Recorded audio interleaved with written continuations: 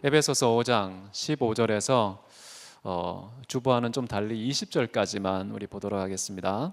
에베소서 5장 15절에서 20절까지입니다. 제가 한 절, 여러분이 한 절 교독하도록 하겠습니다.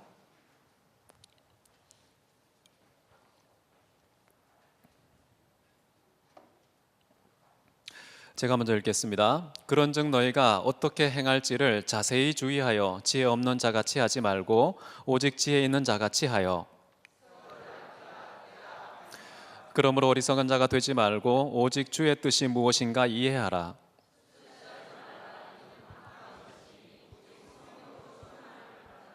시와 찬송과 신령한 노래들로 서로 화답하며 너희의 마음으로 주께 노래하며 찬송하며 범사의 주 예수 그리스도의 이름으로 항상 아버지 하나님께 감사하며. 아멘. 오늘 저는 어떻게 살 것인가 라는 제목으로 하나님 말씀 함께 나누기를 원합니다. 여러분, 새로운 사람의 새로운 삶, 빛의 자녀로서 빛의 자녀답게, 하나님의 자녀로서 하나님의 자녀답게 살아감에 있어서 도대체 어떻게 살 것이냐 고민하라고 지금 사도 바울은 우리에게 권면하고 있습니다. 그렇게 고민을 할 때에 정말 지혜로운 삶은 바로 하나님의 뜻을 이해하는 삶이고, 그 이 뜻을 이해하기 위해서는 성령의 충만함을 받아야 하고, 그리고 성령의 충만함을 받으면 어떻게 찬양과 감사의 삶이 나타나게 되는지, 이런 이야기를 오늘 본문에서 우리에게 전달하고 있습니다. 먼저 15절을 한번 보시기 바랍니다. 그런즉 너희가 어떻게 행할지 자세히 주의하여 지혜 없는 자같이 하지 말고 오직 지혜 있는 자같이 하여 라는 말씀이 나옵니다. 여러분, 산다는 것 그리고 걷는다는 것, 이 모든 말은 단순히 그냥 외형적인 것만이 아니고요, 마음의 태도, 사고의 방식, 언어의 습관, 행위의 양태 모두를 포괄하는 말입니다. 산다고 했을 때에는 우리의 전인격이 사는 것이죠. 어떻게 살 것이냐 고민하라고 얘기합니다. 생각해 보라고 합니다. 우리는 생각 없이 살아갈 때가 대단히 많죠. 그래서 내가 도대체 어떤 사고방식 속에 갇혀서 살아가는지 알지 못할 때가 많습니다.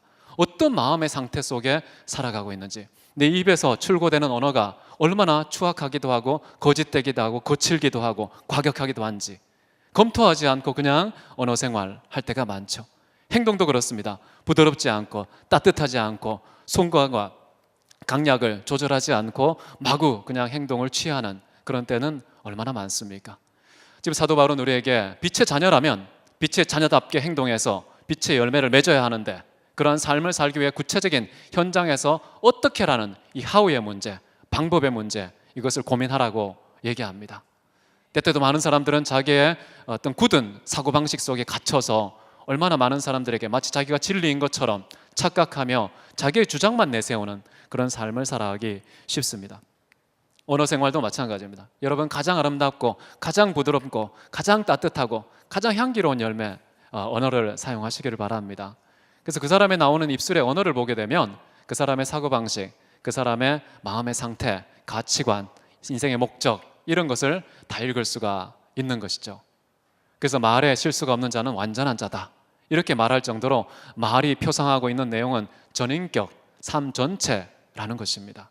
그래서 언어의 관리 하셔야 합니다. 그래서 아름다운 책을 많이 보십시오. 특히 성경의 언어가 가장 아름답지 않습니까? 시편 마구마구 읽으시고 암기하시고 아침 저녁으로 입술로 막 내뱉으시기 바랍니다. 눈으로만 보지 마시고 입술로 계속 밀어내다 보면 그 시편의 아름답고 기가 막힌 표현들이 내 입술에 쫙쫙 달라붙어서 모든 상황 속에서 감정이 표현될 때, 그 표현될 때마다 입고 나오는 옷이 뭐냐? 시편의 표현이에요. 아름다운 시어들이 내 모든 감정을 담는 그릇이 될 때에 나 자신도 아름답게 되고 상대방도 유쾌하게 되고 상대방의 도전과 감동을 줄 수가 있게 되는 것이죠. 정말 이렇게 더럽고 지저분한 그런 그릇에, 그런 언어의 그릇에 여러분의 감정, 여러분의 생각, 느낌 담아내지 마십시오. 정말 참된 진리, 하나님을 사랑하는 그 뜨거운 사랑, 그것을 담는데 적합한 그 언어는 저는 시편의 언어라고 생각합니다. 그 외에도 성경 구석구석에 얼마나 기가 막힌 표현, 이 세상 그 어떤 문헌에서도 찾을 수 없는 최고의 표현들이 성경에 마치 편집되어 있는 듯한 인상을 받습니다. 성경을 읽고 또 읽고 암기하고 또 암기하고 계속해서 입술로 말하고 또 말할 때에 그 언어가 나의 언어가 되는 것이죠. 그런 변화가 일어나게 되는 것이죠. 한 가지만 말씀드렸지만 어쨌든 우리가 주의를 기울이지 않고 깊이 주의하여서 살피지도 않고 괜찮은 삶을 살 수 있는 그런 괜찮은 사람 아무도 없습니다.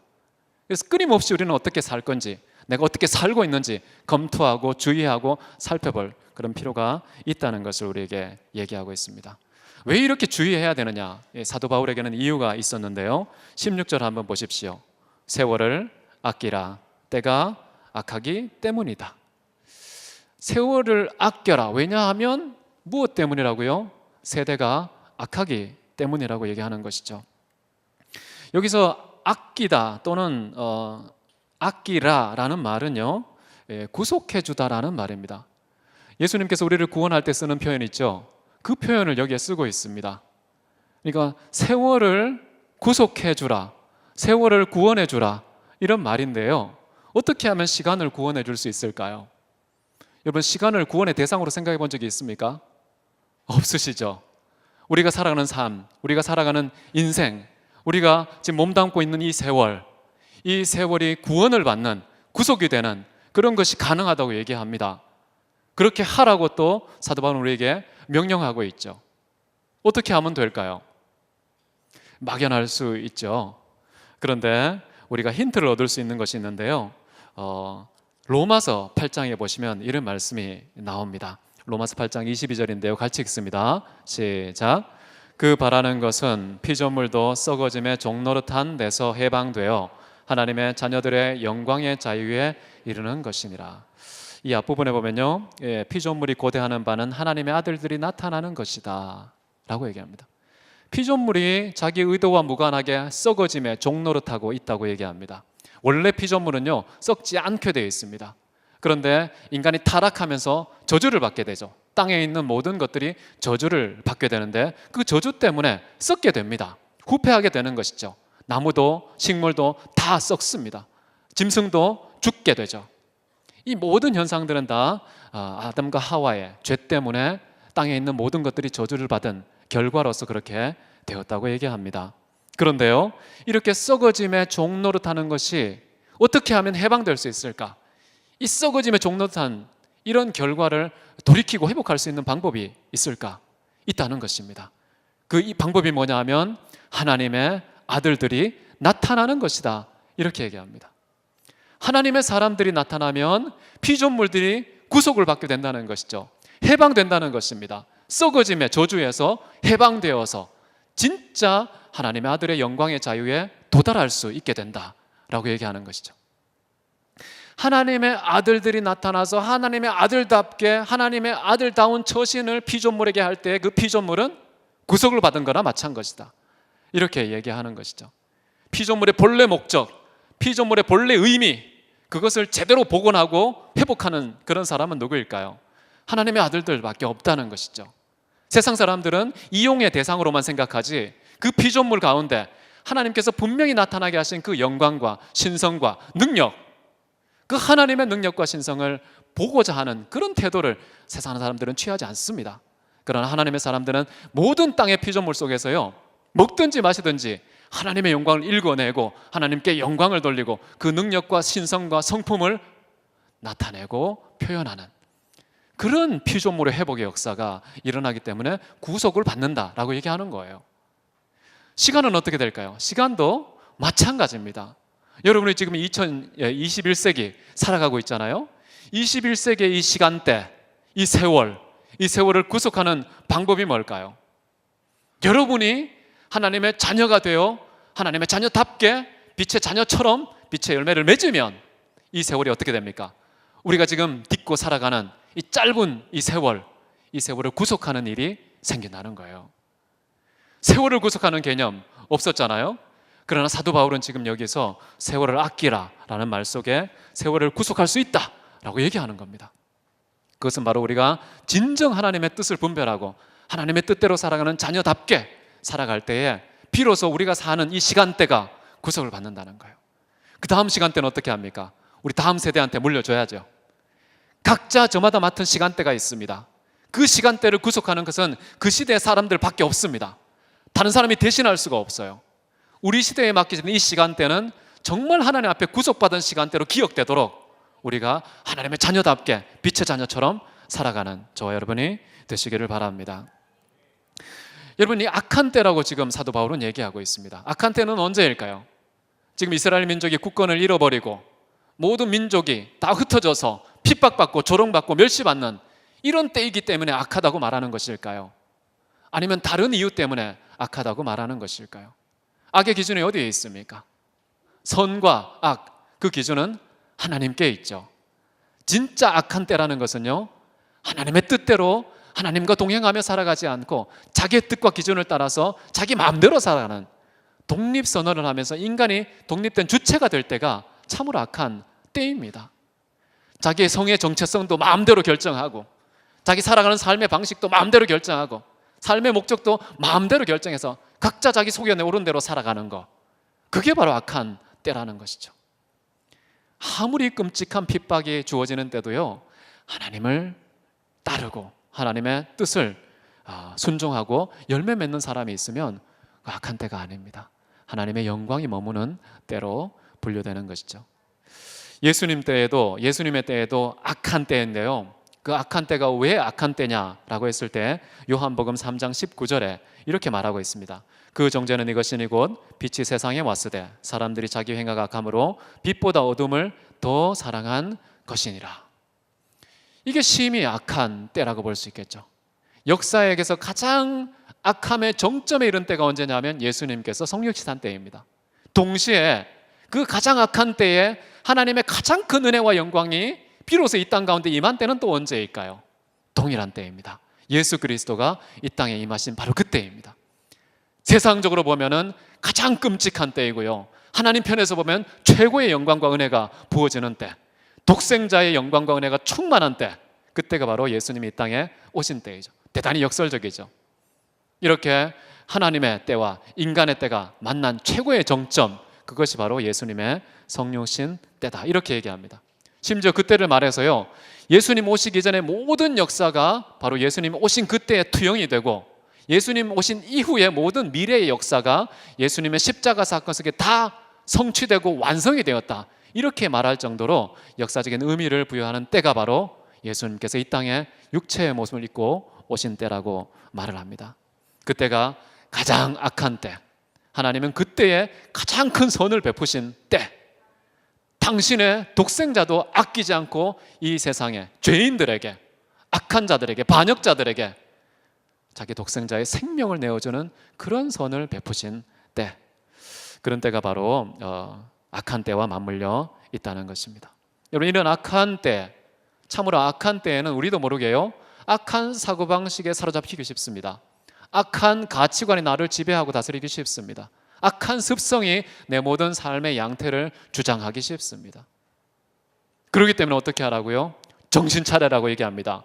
자세히 살펴서 주의하고 부지런히 최고의 삶이 무엇인지 연구하라는 것입니다. 탐구하라고 얘기합니다. 그렇게 해서 여러분의 세월을 아끼라는 것이죠. 여러분이 사는 인생의 시간대를 구속하라는 것입니다. 이 악한 때에 아무리 열심히 살아도 촌음을 쪼개면서 시간을 분초의 단위로 구분을 해서 정말 성실하게 살았어도 악한 가치관에, 악한 기준에 따라서 산 인생은 결코 세월을 아낀 사람이 아니라는 것이죠. 여러분, 우리 인생은 결코 길지가 않습니다. 아침에 피었다가 잠깐 지나가는 안개와 같은 것이죠. 그 속도는 어떻습니까? 배틀의 북과 같다고 얘기합니다. 활 시위를 떠난 화살과 같다고 얘기합니다. 이렇게 짧은 인생이 이렇게 숨가쁘게 빨리 지나가는 우리 인생 속에서 우리는 어떻게 살 것인가 질문해야 된다는 겁니다. 이렇게 짧고 빨리 지나가는 우리 인생을 가장 값지게 살아가는 방법은 영원히 변치 않고 영원토록 지속되는 그 영원한 가치를 우리 짧은 인생 속에 담아내는 것이 최고의 영광 아니겠습니까? 그 영원히 변치 않는 게 뭘까요? 하나님 말씀이죠. 천지는 없어져도 변치 않고 영원토록 보존되는 것은 하나님 말씀밖에 없는데, 우리 인생에서 그 하나님 말씀을 붙잡고 하나님의 말씀을 따라 살아갈 때 그것이 짧게 살아가는 우리 인생의 최고의 영광이 구현되는 그때입니다. 여러분 속히 죽음의 때가 옵니다. 여러분 속히 무덤에 들어갈 것입니다. 그때가 오기 전에 우리의 삶을 검토하고 최고의 삶을 고민하는 저와 여러분 되시기를 바랍니다. 전도서 12장 이렇게 말씀이 나오는데요, 우리 전도서 12장 1, 2절 한번 같이 읽겠습니다. 시작.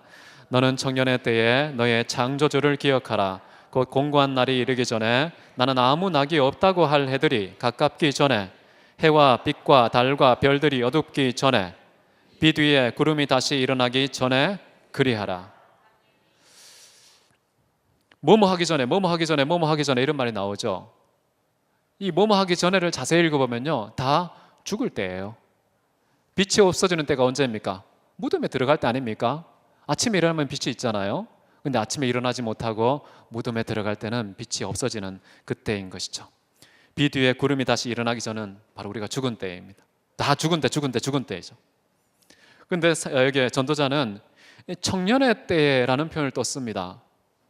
그러면 죽기 이전에는 다 누구라는 뜻입니까? 청년의 때라는 겁니다. 몇 분의 얼굴이 밝아졌습니다.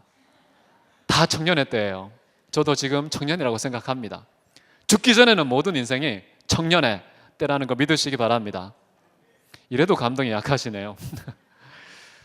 여러분, 살아있는 모든 순간을 어떻게 사는 게 최고의 인생인가? 우리의 창조주를 기억하는 것이 최고의 인생이라는 겁니다. 창조주가 있다는 말은 무슨 말일까요? 우리는 지음받은 존재라는 것이죠. 우리의 뜻은요, 지어진 뜻이라는 것이죠. 우리의 자유는요, 지어진 자유라는 것이죠. 우리의 영광은요, 지어진 영광이라는 것입니다. 누가 주관하고 있습니까? 창조주가 주관하고 있는 인생임을 기억하라 라고 얘기하는 것이죠. 그래서 우리는 죽을 때까지 우리가 무엇을 기억해야 되느냐? 창조주가 계시다는 것, 그 창조주의 뜻이 있다는 것, 그 목적과 뜻을 따라서 우리가 인생을 살아갈 때 최고의 인생이 된다는 것, 이것을 기억하는 것, 그것이 바로 청년의 때에 해야 될 일이라고 지금 우리에게 말하고 있는 것이죠. 사도 바울도 전도자의 견해와 동일하게 17절에서 이렇게 말합니다. 그러므로 어리석은 되지 말고 오직 주의 뜻이 무엇인가 이해하라. 여기서 주의 뜻이라는 것은 한 발짝 더 나아간 것이죠. 창조주 하나님인 동시에 그 다음에 구원자 하나님, 우리를 구원하셔서 우리의 주인 되신 그 하나님, 그 주인의 뜻, 주님의 뜻을 분별해라 라고 지금 얘기하고 있는 것이죠. 단순히 하나님께서 창조하신 피조물로서의 인생을 넘어서서 우리가 누구의 뜻을 알아야 된다는 것입니까? 우리를 죄 가운데서 구원하신 그 하나님 아버지의 뜻을 우리가 깨닫고 그 뜻대로 살아가야 한다. 그러할 때 어떻게 된다는 겁니까? 세월을 아끼는 거예요. 세월을 구속하는 그런 셈이 된다는 것입니다. 하나님의 뜻이 아닌 나의 뜻을 따라 살아갈 때, 아버지가 나에게 주입하신 그 뜻을 살아갈 때, 친구가 우리에게 합의를 본 그런 만들어진 뜻을 따라 살아갈 때, 우리는 하나님의 뜻을 모르고 하나님의 뜻과 무관한 인생을 살 수밖에 없는 것이죠. 세월은 구속됨이 없고요, 세월을 낭비하고 탕진하는 그런 인생을 살 수밖에 없다는 거예요. 하나님의 뜻을 분별하시기 바랍니다. 하나님의 뜻을 제대로 분별해야 참으로 세월을 아끼고 가장 의미 있는 인생을 살 수 있다는 것입니다. 그런데 이 뜻을 분별하는 방법이 뭘까요? 여러분, 어떻게 하면 하나님의 뜻을 이해할 수 있겠습니까? 이해라는 말이 무슨 뜻일까요? 단순히 머릿속에 어떤 정보 차원에서 지적인 정보를 확보하고 있으면 이해가 된 것일까요? 나는 그 다 아는데 이게 안 돼 라고 얘기하기 쉽잖아요. 우리 인생이 다 그렇습니다. 다 아는데, 답은 알고 있는데 살아내지 못해서 늘 문제다 이렇게 이야기하는데, 사실 살아내지 못한 것은요, 이해하지 못한 것입니다. 정보가 머릿속에 스치고 지나가는 것, 그것이 진짜 이해했다고 말할 수 있는 것은 아니라는 거예요. 참된 이해가 뭐냐? 성경이 요구하고 말하고 있는 참된 이해는 그렇지 않다는 것입니다. 우리 18절 우리 같이 한번 읽겠습니다. 18절 시작. 술 취하지 말라. 이는 방탕한 것이니 오직 성령으로 충만함을 받으라. 성령의 충만함이 없는데도 하나님의 뜻을 깨닫고 이해하는 사람은 아무도 없습니다. 이해했다고 착각하는 사람들은 많지만 성령으로 가득 채워져서 그 뜻이 터질 듯한 분량으로 내 가슴에, 내 마음에 채워져 있을 때, 그때가 비로소 이해했다고 얘기할 수 있는 때입니다. 그렇지 않고 어떤 명제, 머릿속에 어떤 정보, 그것이 저장되어 있다는 것을 마치 이해했다고 착각하면 안 되는 거예요. 원래 헬라어 원문을 보면요, 마음속에 무언가를 세팅해 놓는다는 뜻입니다. 마음의 자리를 잡는다는 것이죠. 다시 말하면 내 모든 정신세계가 마음을 중심으로 움직이지 않습니까? 모든 정신활동의 중추인 이 마음이 하나님의 뜻으로 사로잡혀 있는 상태가 바로 이해를 했다는 표현을 쓴다는 거예요. 그래서 사도 바울이 여기서 말하는 주의 뜻이 무엇인가 이해하라는 것은 정보 차원이고 지적인 차원이 넘어서서 그 진리의 영이신, 그 뜻의 주체이신 성령께서 내 안에 가득 채워져 있는 상태, 내 오는 전인격을 관통하고 있는 상태, 그래서 내 삶이 그 뜻과 단 한순간도, 단 한 조각도 무관할 수 없는 상태, 그때가 바로 하나님의 뜻을 이해한 것입니다. 여러분, 성령으로 충만하시기를 바랍니다. 여러분, 성령으로 충만하게 되면 어떤 일이 일어날까요? 우리가 잘 감이 없습니다. 성령으로 충만하게 되면 어떻게 되느냐. 그래서 사도 바울이 말한 게 술 취하지 말라, 이런 표현을 통해서 성령에 취하면, 성령이 충만하면 이렇게 되겠구나 라는 감을 잡을 수가 있게 되는데요, 성령으로 충만하게 되면요, 제정신이 아닙니다. 내 뜻과 내 생각과 내 판단과 내 의지를 따라서 사는 자가 아니고요, 완전히 취한 자는요, 그 취하게 된 주체인 성령에 의지하여 살 수밖에 없습니다. 그래서 성령의 뜻이 나의 뜻이 되고요, 성령의 소욕이 나의 소욕이 되는 것이고요, 성령의 능력이 나의 능력이 되는 것입니다. 성령의 지혜가 나의 지혜가 되는 것이죠. 성령의 지식이, 성령의 명철이, 성령의 재능과 모략이 바로 나의 것이 되는 것이 바로 성령의 충만한 삶입니다. 여러분, 성령에 사로잡힌다 그러면 나의 어떤 주권과 선택권이 박탈되는 것처럼 느껴져서 싫을 수 있습니다. 그러나 성령에 사로잡혀서 성령의 사람이 된다는 것은 어마어마한 축복이지요. 여러분, 술에 취한 사람은 어떻게 됩니까? 술에 취하면 제정신이 아닙니다. 술이 움직이는 대로 움직이게 되죠. 어디로 가야 할지 알지를 못합니다. 심지어 더러운 방바닥이 아니고 길바닥을 잠자리로 삼습니다. 때도 가리지 않고 그냥 훌러덩 벗고 지내는 것이죠. 토하기도 하고, 조금만 건드리면 삿대질하고 욕설을 쏟아내고 폭력을 행사하는, 자기가 통제하지 못하고요, 술이 나를 통제하고 지배하는 상태, 그게 바로 술 취한 상태 아닙니까? 그래서 술에 지배를 받는 상태는 끔찍한 겁니다. 그런데 성령의 지배를 받으면 참으로 영광스러운 삶이 되는 것입니다. 지배를 받는다는 게 나쁜 말이 아닌 거예요. 원래 인간은요, 지배를 받도록 창조되어 있습니다. 창조의 원래 제가 두 가지 얘기 드립니다. 첫 번째는요, 인간은 스스로 무언가를 할 수 있는 자존적인 그런 존재가 아닙니다.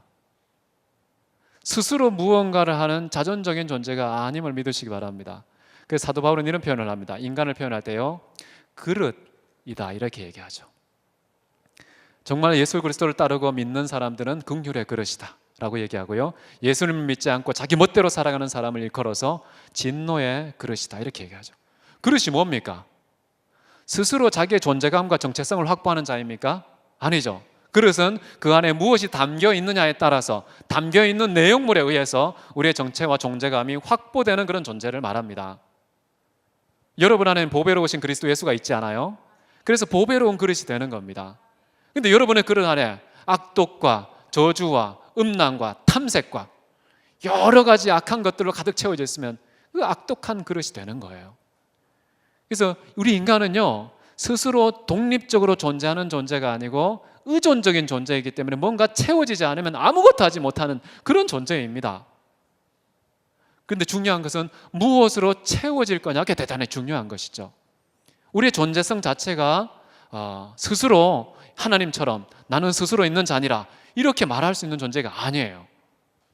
무언가 채워져 있어야 되는데 그 채움의 내용에 따라서 우리의 정체성이 휘청휘청 거릴 수 있다는 거예요. 그래서 성령으로 충만한 자는 성령의 다스림을 받게 되는 것이죠. 또 하나는 뭐냐면요, 이게 채워져 있어야 되는 이런 존재의 특성이 있고, 또 하나는 뭐냐면 우리는 주도적인 주체가 될 수 없다는 거예요. 우리는 죄송하지만 종입니다. 종입니다. 우리의 욕망의 종이 될 수도 있고요, 돈의 노예가 될 수도 있고요, 성의 노예가 될 수도 있고요, 자기의 아집의 노예가 될 수도 있고요. 어쨌거나 우리는 무엇에 의한 종이 되는 독특성을 갖고 있습니다. 기분이 나쁘실 수 있겠지만요, 우리의 창조된 원리가 그렇습니다. 그래서 항상 인간은요, 자기를 주도하고 자기를 지배하고 다스릴 무언가를 찾습니다. 그 찾는 대상이 술일 수도 있고요, 그 찾는 대상이 마약일 수도 있고요, 그 찾는 대상이 뭔가 강력한 보스, 지도자를 찾을 수도 있고요, 아니면 변치 않는 태양, 그런 것을 찾을 수도 있고요. 무언가 자기에게 흔들림이 없는 견고한 기준을 제시할, 나의 어떤 이정표를 제시할 그 무한 절대적인 존재를 찾는 것이 바로 인간의 정체성입니다. 근데 여러분의 주인은 누굽니까? 우리는 원래 종인데요, 종인데 주인이 누구냐에 따라서 완전히 다른 종이 되는 거예요. 죄를 지으면 뭐가 됩니까? 죄의 종이 되는 것이죠. 선을 행하면 어떻게 돼요? 선의 자녀들, 빛의 자녀들이 되는 것이죠. 만약에 마귀가 우리를 마음대로 주장하는 자가 되면 마귀의 자식이 되는 거예요. 그러나 하나님이 성령으로 우리를 주장하는 사람이 되면 하나님의 자녀가, 하나님의 종이 되는 것입니다. 인간이 원래 그래요. 선택하셔야 되는 겁니다. 주인이 될 수는 없어요. 주인이 될 수는 없습니다. 우리 모든 인생은 때가 되면 다 반납을 또 해야 돼요. 우리의 사는 생명도 반납해야 될 때가 오는 것이죠. 왜 반납해야 됩니까? 주체인데. 주인은요, 반납하면 안 되는 거예요. 근데 주인이 아니기 때문에요, 우리의 생명도 진짜 주인에게 돌려줘야 될 때가 옵니다. 우리 것이라고 주장할 수 있는 것이 하나도 없습니다. 그래서 여러분의 욕망의 주인이 되지도 마셔야 되고요, 주변 사람들이 합의를 본 그런 인간적인 가치관의 종이 되어서도 안 되는 겁니다. 정말 우리가 가장 인간답게 되는 것은 우리의 창조자를 기억해야 돼요. 하나님의 종이 될 때, 하나님이 우리의 주인이 될 때, 그때 바로 우리가 참된 인생을 살아갈 수가 있게 되는 것이죠. 그래서 예수님께서 이런 말씀을 하신 적이 있습니다. 요한복음 15장 5절에 보시면요, 이렇게 말씀하십니다. 나를 떠나서는 너희가 아무것도 할 수 없음이라. 그 종이라는 거예요. 근데 하나님이 함께 계시면, 주인이 우리 안에 계시면은 뭐든지 할 수 있게 되는데, 단순히 종의 차원이 아니고요, 주인이신 주님의 차원까지 모든 것이 가능하게 되는 그런 인생이 우리가 될 수 있다는 그런 얘기를 하는 것이죠. 그래서 여러분, 이렇게 술 취하지 마시고요, 성령으로 충만한 자가 되시기를 바랍니다. 사도 바울은 술 취하는 것이 방탕하는 것이다, 이렇게 얘기합니다. 저는 술 취해보지 않았습니다. 않아서 잘은 모르지만은 책도 많이 읽어봤고요, 동영상도 많이 봤습니다. 그래서 술 분석은 많이 했습니다. 왜냐하면 성령의 취함을 경험하고 싶어서 비유로 들고 있는 사도 바울의 술 취함, 이것이 꼭 궁금했었어요. 물론 이렇게 우리가 세상 속에서 경험된 그런 술 취함의 내용도 있겠지만요, 저는 성경에서도 술 취함에 대해서 어떻게 경계하고 있는지 잠깐 살펴보는 것이 좋다고 생각을 하는데요. 잠언 23장 20절을 우리 함께 읽어보도록 하겠습니다. 술을 즐기는 자들과 고기를 탐하는 자들과도 더불어 사귀지 말라. 술 취하고 음식을 탐하는 자는 가난해질 것이요. 여러분, 술 취하면 가난해질 것이라고 성경은 말하고 있습니다. 그러나 꼭 이것 때문에 가난해지니까 안 사귈 거야 라는 것이 아닙니다. 여러분, 사귄다는 말 자체가 무엇입니까? 같이 잔을 기울인다는 것이죠. 그렇게 방탕한 술 취함에 동참한다는 뜻이 사귄다는 뜻입니다. 사귀지 말라는 것이죠. 근데 진짜 이 지혜자가 왜 사귀지 말라고 했느냐, 잠언 23장 29절 30절 여기에 잘 나타나 있다고 생각하는데요, 같이 한번 읽어보도록 하겠습니다. 재앙이 네게 있느냐, 근심이 네게 있느냐, 분쟁이 네게 있느냐, 원망이 네게 있느냐, 까닭없는 상처가 네게 있느냐, 붉은 눈이 네게 있느냐? 술에 잠긴 자에게 있고 혼합한 술을 구하러 다니는 자에게 있느니라. 여기 보면 재앙과 근심과 분쟁과 원망과 상처와 충혈된 눈, 이 모든 것이 술 취한 사람에게 있다라고 얘기를 합니다. 여러분, 술 취한 사람과 함께 있으면 단순히 가난해지는 것이 아니라요, 재앙도 만나게 된다는 것이죠. 같이 근심에 잠기기도 한다는 것입니다. 분쟁에 빠지고 원망을 듣게 된다는 것이죠. 도무지 답답해서 살 수가 없는 그런 상황이 초래된다는 그런 의미라고 볼 수 있습니다. 그렇기 때문에 여러분 자신도 술 취하지 마셔야 되겠고요, 주변에 술 취하는 사람과 똑같은 그 술 취함에 참여하지 마시기 바랍니다. 성경에는 분명히 그것을 경계하고 있죠. 여러분, 술이라는 것은 인간이 하나님 외에 다른 어떤 존재에게 취하는 대표적인 성격을 갖고 있습니다. 돈도 우리는 취해서는 안 되는 것이죠.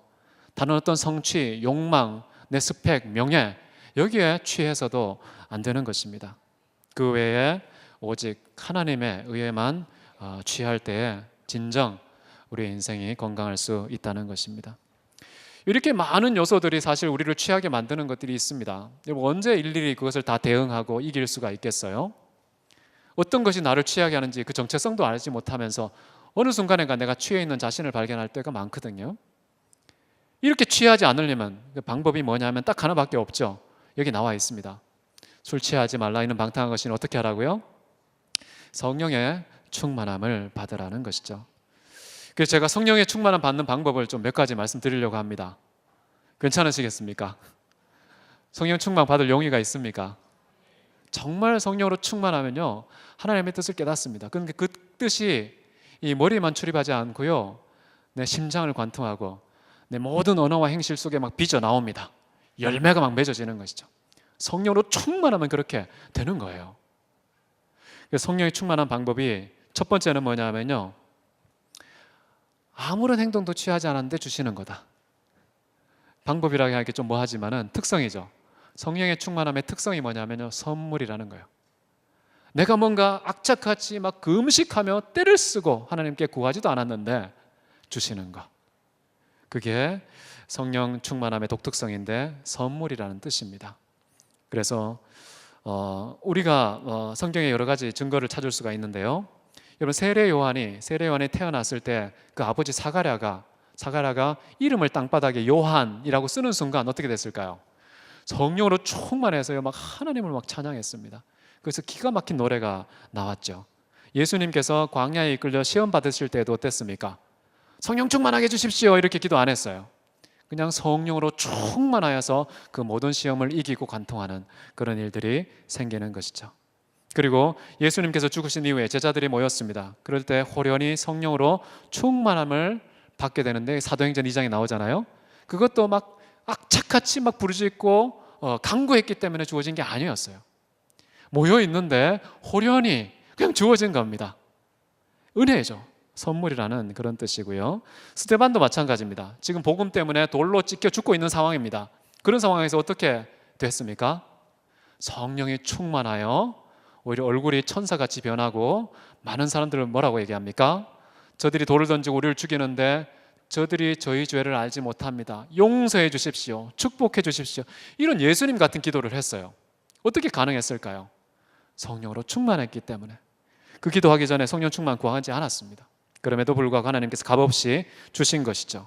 그리고 베드로가 성전 미문에서 어떻게 했습니까? 안전뱅이, 나면서 안전뱅이 되신 분을 일으켰죠. 그렇게 하니까 주변에 있는 관원들이 난리가 났습니다.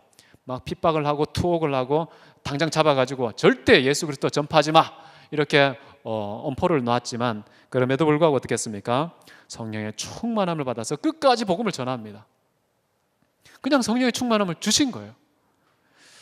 이렇게 본다면은 하나님은 우리에게 값없이 성령의 충만함을 넉넉히 주셔서요, 하나님을 찬양하기도 하고 순교도 당하게 하시고 복음도 당당하게 선포할 수 있게 되는 것입니다.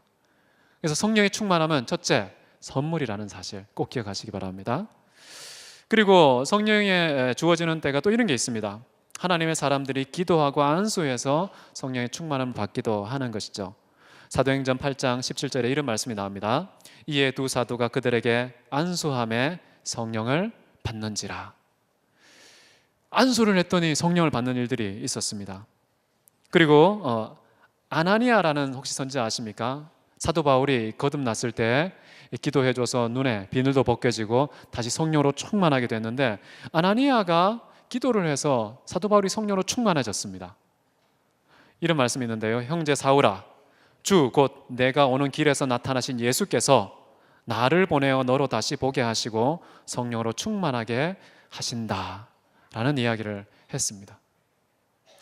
여러분, 이런 구절을 보면 오해하기 쉽습니다. 야, 그러면은 우리가 성령 받으라 마음대로 할 수 있구나, 그리고 막 안수하면 내가 막 성령을 줄 수 있구나 라고 착각하면서 성령을 마치 조정하고 지배하고 부리는 자처럼 이렇게 막 교만한 그런 사람이 있을 수가 있습니다. 그러나 성령은요, 인간이 오라가라 할 수 없습니다. 받아라 말라 할 수가 없습니다. 인간은 결코 그런 주체가 될 수가 없어요. 그런데 어떤 신비주의 교회에 들어가 보면요, 마치 인간이 성령 받으라 그러면 막 팡팡 넘어지고 놀라운 기적과 이사가 나타나서 초자연적인 현상을 통해 마치 성령의 충만에 임하는 것처럼 마치 자기가 영광을 다 취하는 듯한 그런 모양을 많이 봤습니다. 저는 아주 악하다고 생각해요. 정말 잘못됐다고 생각을 합니다. 아나니아도 이렇게 얘기했어요. 예수께서 나를 보내어서 성령 충만하게 하신 거다고 얘기합니다. 아나니아는 뭐라는 뜻입니까? 성령 충만의 주체는 예수님이시고요, 자기는 심부름꾼이라는 것이죠. 종이라는 것입니다. 도구라는 거예요. 우리 인간은 도구일 뿐인데 마치 성령을 마음대로 막 주었다 뺏었다 할 수 있는 주체인 것처럼 함부로 하나님, 성령 하나님을 마치 지배하는 자처럼 행세할 때 아주 교만하고 무례할 수밖에 없는 것이죠. 그런 교회에 부패합니다. 그런 교회는 하나님 말씀을 떠나기 쉽습니다. 한 사람의 어떤 카리스마가 지배적으로 교회의 질서가 되는 이런 것은 참으로 합당하지 않다라는 것이죠. 성경 곳곳을 찾아보면요, 성령을 받으라 라고 말씀하신 분은 딱 한 분밖에 없습니다. 누굴까요? 예수님께서요, 그 코에 바람을 후 부시면서요, 성령을 받으라 이렇게 딱 한마디 하셨죠. 그리고 또 성령은 어떻게 주신다고 나와 있습니까? 아버지께서 내 이름으로 보내실 성령, 누가 보내신다는 거예요? 아버지 하나님께서 보내신다는 겁니다. 특별히 요한복음 3장 34절 한번 같이 한번 보도록 하겠습니다. 시작. 하나님이 보내신 이는 하나님의 말씀을 하나니 이는 하나님이 성령을 한량없이 주심이니라. 성령을 충만히 한량없이 보내시는 분 누구라는 뜻입니까? 아버지 하나님이에요. 예수 그리스도도 보내십니다. 성령을 받으라 하실 수 있습니다. 오직 성부, 성자, 성령께서 하실 수 있는 일인데 마치 인간의 영역인 것처럼 우리가 함부로 성령을 막 지배하고 조정할 수 있는 사람인 것처럼 착각하는 사람 만나시면 그분 떠나시기 바랍니다. 아주 위험한 사람이죠. 겉으로는 모르겠습니다. 기적도 일으키고 막 신유도 일으키고 놀라운 얘기도 하고 해서 많은 사람들을 마음에 뺏어갈 수 있겠지만은, 그러나 건강한 성경에 근거한 그런 하나님의 사람은 아닐 수 있다는 그런 두려움이 있습니다. 또 하나는 뭐냐면요, 성령을 우리가 구하지 않아도 분명히 주시는 선물인데요, 근데 구하면 또 주신다고 나옵니다. 하나님 성령으로 충만하게 주십시오, 기도하면 주신다고 나와 있습니다. 누가복음 11장입니다. 우리 같이 한 목소리로 읽겠습니다. 너희가 악할지라도 좋은 것을 자식에게 줄 줄 알거든 하물며 하늘 아버지께서 너희에게 성령을 주시지 않겠느냐 하시니라. 성령을 주신다는 것이죠. 여러분 구하시기 바랍니다. 성령의 충만함은 구하는 자에게 주신다는 것이죠. 또 베드로는 이렇게 얘기합니다. 너희가 회개하여 각각 그리스도 예수의 이름으로 세례를 받고 죄사함을 받으라. 그리하면 성령의 선물을 받으리니. 또 언제 주신다고요? 회개하면 성령 주신다는 겁니다. 여러분 범사에 여러분 알지 못하는 감추어진 죄가 있지 않습니까? 아는 죄 당연히 회개해야 되겠지만 알지 못하는 죄까지도 하나님 앞에 엎드려 회개할 때요, 성령의 충만함을 우리에게 주신다는 사실 믿으시기 바랍니다. 또 사도 바울은 이렇게 얘기합니다. 이게 중요한데요, 갈라디아서 3장 2절 같이 한번 읽습니다. 시작. 너희가 성령을 받은 것이 율법의 행위로냐 혹은 듣고 믿음으로냐. 성령을 받는 것은 믿음으로 받는다는 것입니다. 하나님을 전적으로 신뢰하십시오. 그러면은 성령으로 충만하게 됩니다. 참 감사하죠. 하나님께 전적으로 우리가 신뢰할 때에 그때에 성령의 충만함을 받아서 하나님의 뜻을 깨닫게 되고요, 세월을 아끼게 되고요, 내가 사는 인생의 이 기간 동안에 세월이 구속을 받는 역사가 나타나게 되고 참된 빛의 자녀, 참된 하나님의 자녀가 되어서 풍성한 열매를 맺는 삶을 살 수 있다는 것입니다. 자, 이제 마지막으로 이제 성령이 충만한 사람들의 모습이 어떤 것인지 우리 19절에 나와 있는데요, 같이 한번 보겠습니다. 시작. 시와 찬송과 신령한 노래로 서로 화답하며 너희의 마음으로 주께 노래하며 찬송하며. 여러분, 사람들은요 성령으로 충만하면 기적이 빵빵 터지기를 원합니다. 놀라운 신유가 일어나길 원하죠. 돈벼락을 맞고 기적적인 승진과 출세, 성령으로 충만하면 이런 결과가 나올 거야 라는 기대감을 갖지 모르겠습니다. 그러나 정말 성령으로 충만한 사람은 어떤 사람이라고요? 하나님께 찬양하는 사람이 된다고 얘기합니다. 정말 아름다운 시어로, 정말 감미로운 멜로디에 담아서 혼자만이 아니고 서로 화답하면서 함께 더불어 하나님을 찬양할 때, 아, 그곳에 성령의 충만함이 있구나, 이런 것을 우리가 확인할 수 있다는 것이죠. 여러분, 스데반이 성령 충만해서 어떻게 했습니까? 죽었습니다. 순교 당했습니다. 날아오는 돌이 꽃으로 변하지 않았어요. 그냥 맞아서 피 흘리고 박이 깨지고 정말 피를 철철 흘리면서 순교를 당했습니다.